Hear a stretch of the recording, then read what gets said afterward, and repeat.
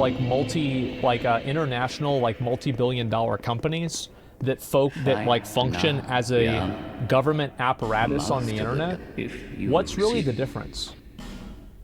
Whenever all of these different companies just can decide with no level of justification to like ban somebody like Alex Jones, for example, from all of their platforms and effectively unperson them on the internet, what's really the difference between that and the government?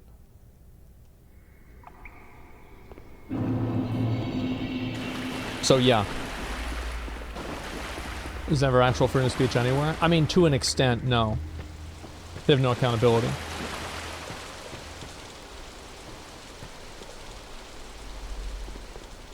Bad take. Why?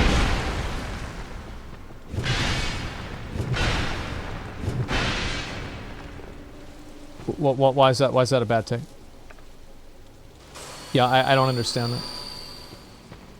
Yeah, I mean, I don't know why would somebody simp for, like, I don't understand why people are simping for these, again, like fucking $100+ billion companies that are functioning and acting in unison to create a governmental apparatus on the internet.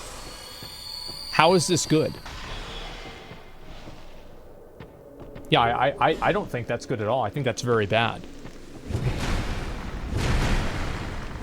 A fundamental misunderstanding of why freedom of speech exists. Oh no, I understand it better than you do. I'm reading some of your messages. Yeah. Yeah, no, I understand it extremely well. Your example was bad. The logic is fair, though.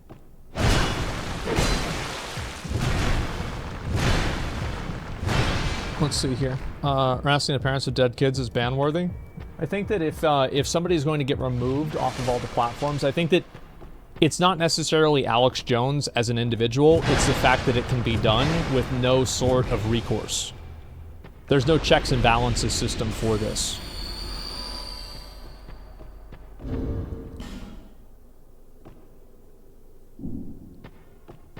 Freedom of speech shouldn't come without any consequences. Well, I think that there are obvious lines, but I think that people intentionally try to make the consequences so severe that people feel like they can't talk about certain issues and certain things.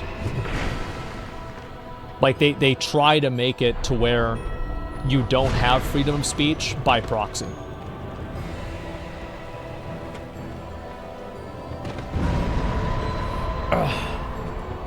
Trigger them because give Alex Jones an example. Everything said afterwards is wrong in their eyes because of him. That's dumb. Yeah, it is.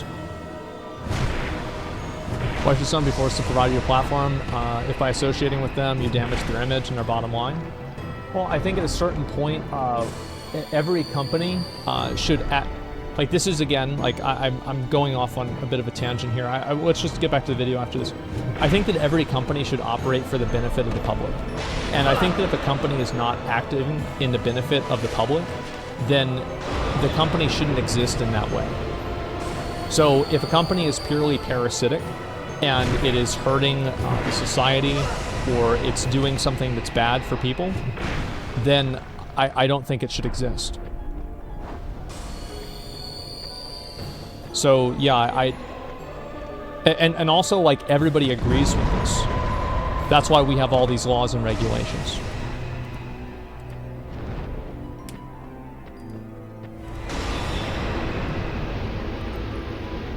Is your ability to be on the internet a privilege or a right?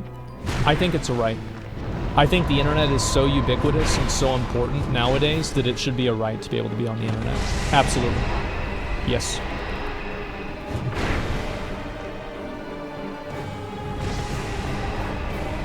Do you think Karl Marx would be deplatformed in the modern age? I don't know, maybe. I'm not sure. Yeah. You know there's a coup happening in Russia at the moment? Yeah, I've heard about that.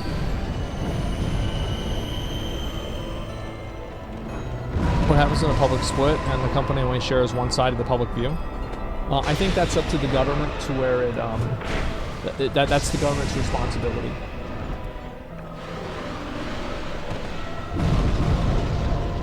Social media isn't a government, no matter how much you want it to be. YouTube can ban whoever they want for whatever reason, same as Elon Musk banning people from Twitter, their companies. How would you feel if they could do that to you for your internet? Like, for example, like AT&T could just cut off your cell phone usage.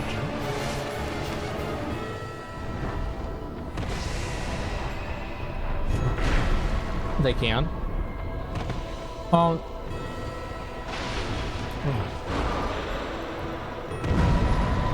They kind of can. Why is that different?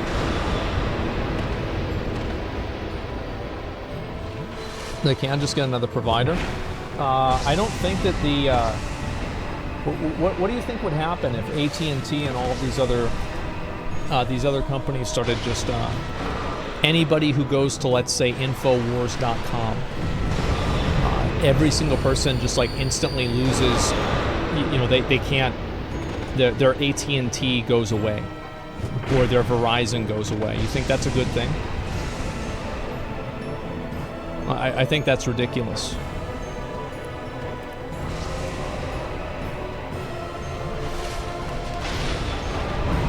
ISP can share sites, yeah, internally, because that's not happening yet. That is happening in Canada. Yeah, I don't want it to happen here. I think that's very bad. It's bad that they control the internet in general. Yeah.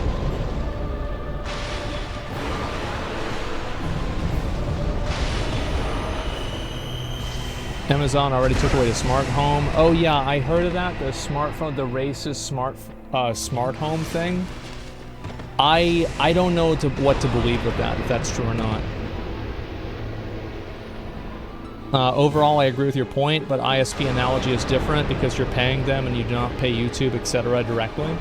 So you're saying that if you do something and you're paying somebody can never deny you service or refund your service. No, I don't know about that. I think it's very easy. Like if you pay